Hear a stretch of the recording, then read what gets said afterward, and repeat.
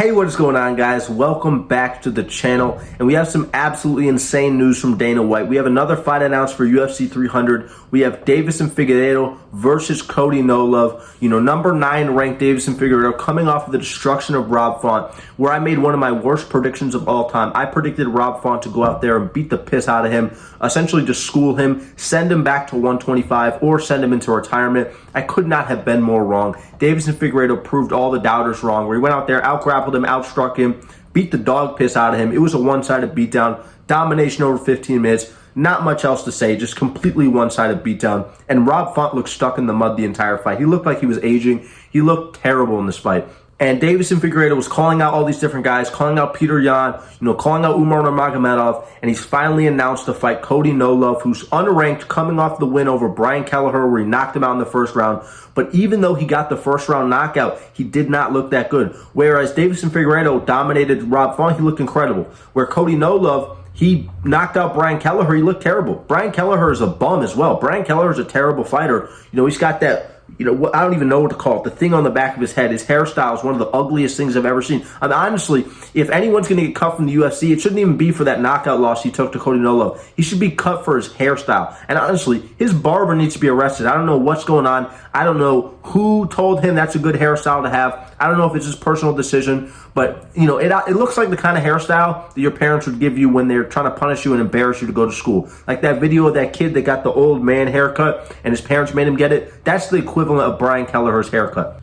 And Cody Garbrandt goes out there, wings wild, massive hooks, knocks out Brian Kelleher. But like I said, not that impressive of a win, and he didn't even look that good. He got clipped himself. There's some nasty leg kicks were being landed on him. And it really looked like there were moments it was back and forth. Like, oh, is Cody going to win? Is Cody going to lose? And he was landing well, but then it would be like he would land well. Brian Kelleher would return him. We'd be like, oh, crap, Cody Garbrandt's about to get rocked. He's about to get put out. And it's always scary watching him fight.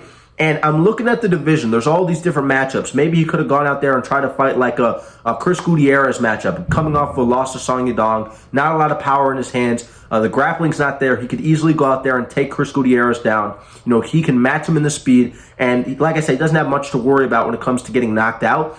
But he took a matchup with Deiveson Figueiredo. This is one of the worst stylistic matchups in the entire division. Deiveson Figueiredo can match him in the grappling. In fact, I believe Deiveson Figueiredo is an even better grappler than him. Look at the takedown that he got on Rob Font, where he's getting backed up. He shoots a double leg, one of the fastest, cleanest, and most precise double legs I've ever seen. It was literally picture-perfect technique. Coming from a wrestler, that was picture-perfect technique from Deiveson Figueiredo. Takes down Rob Font easily, mauls him on the ground. And, obviously, Rob Font got back up to his feet and everything, but I truly believe that Deiveson Figueiredo is a better grappler than Cody Garbrandt. He's going to be stronger than him. He's going to be faster than him. He has an incredible power advantage. Cody Garbrandt hits hard. Deiveson Figueiredo hits a lot harder, and he's going to have a way better chin as well.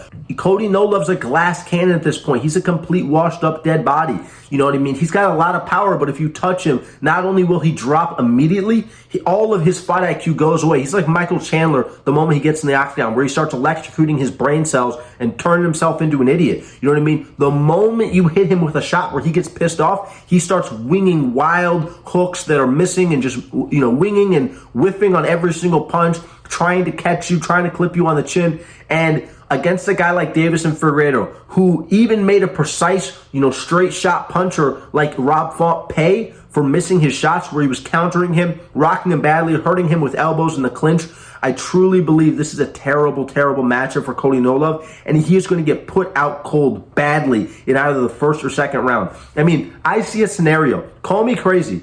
I see a scenario where this beatdown is more vicious than Deiveson Figueiredo versus Joseph Benavidez 2. I see a scenario where Deiveson Figueiredo goes out there and walks him down like a juggernaut, kind of like how Alexandre Pantoja did to Alex Perez. He walks him down, kind of like he did to Joseph Benavidez, and just starts landing massive shots on him, not winging massive wild hooks and whiffing, landing precise power punches, putting him down, going onto the ground, beating the piss out of him, getting him in submission chokes, choking him out, getting him within an inch of his life, letting him go, beating him up more, letting him get up to his feet, dropping him again, sitting him down. I see a scenario where Deiveson Figueiredo could literally do whatever he wants to Cody Garbrandt. I mean, we have to go back to that quote from Jamal Hill. You're only safe because I allow it. If I'm in the same room as you, You are only safe because I allow it. I mean, Jamal Hill famous for saying that to not only Ariel Helwani, an untrained media member, but also to his brother when he brutally assaulted his brother in front of his kids.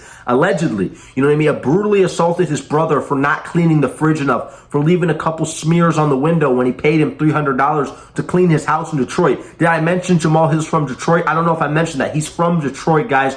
But, you know, Jamal Hill famously, he's quoted for saying, "You're only safe because I allow it." And that's the same kind of energy I get from, you know, a fight between Deiveson Figueiredo and Cody No Love. I see a scenario where he can go out there, and if he wants to, he could submit him with a leg lock. He could go out there with a Kron Gracie, Neil Magny-esque game plan and submit him. He could go out there like Francis Ngannou, wing massive wild hooks like he did to Cain Velasquez and sleep him out cold with uppercuts. I feel like he could go out there and play a Chris Gutierrez game and still knock him out. He could fight like Israel Adesanya fought Sean Strickland, and he could still find the knockout victory with a single punch. This is how one-sided I see this matchup. I understand my last prediction, my last bantamweight fight prediction was horrible. I am more confident in this one because now Deiveson Figueiredo has proven himself, and Cody No Love has consistently proven himself, but in the wrong way. He's proven himself as a bum, proven himself as a guy that's a glass cannon. He's so talented, he's so skilled, but he has no ability to control his emotions, he has no fight IQ, and he has no durability at all. Cody No Love's prime literally lasted 25 minutes when he fought Dominic Cruz. Ever since then, he's just taken loss after loss after loss and then gotten a couple wins together against complete bums, like literal utter bums. He's on a 2-fight winning streak right now. He's not even ranked in the bantamweight division. Honestly, I'm surprised Deiveson Figueiredo took this matchup to begin with because I feel like he would want to work up as opposed to fighting Cody No Love, who's not even ranked in the bantamweight division.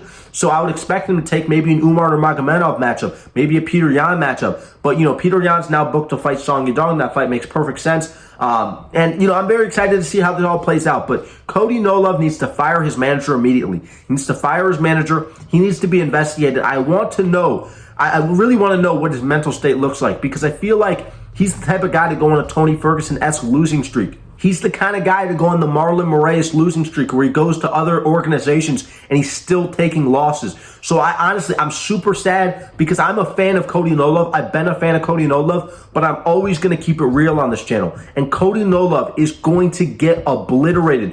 What we thought Khamzat Chimaev was going to do to Nate Diaz, the dead body of Nate Diaz, that's what this is going to be. This is going to be a disgusting beatdown. I'm already picturing stuff in my head where this is a beatdown up there with the likes of, you know what I mean, an H-bomb, Dan Henderson versus Michael Bisping in the first fight, where he sleeps him with a right hand, and then his dead body is literally convulsing on the ground, and he just starts hammer fisting him, his dead body. I see a scenario where Deiveson Figueiredo goes out there like Jacare Souza and sleeps him like he did to Chris Weidman, or he hits him with a hook as he kind of steps in, and then he freezes in midair and then just slowly falls back completely out cold, and he starts landing nasty ground and pound, kind of like Khalil Roundtree does. So honestly, I'm sad because I'm a fan of Cody No Love, but I'm very interested to see this matchup because if Deiveson Figueiredo gets another win, he's pretty much one big fight where he gets a step up in competition, maybe against a Corey Sanhagen, maybe against a Peter Yan, whoever it is. He's in a situation where he could be one fight away from the title. But let me know what you guys think down below in the comments. Don't forget to leave a like, subscribe. Don't forget to turn on notifications so you don't miss another upload. I will see you guys in the next one. Thank you so much for watching. Peace.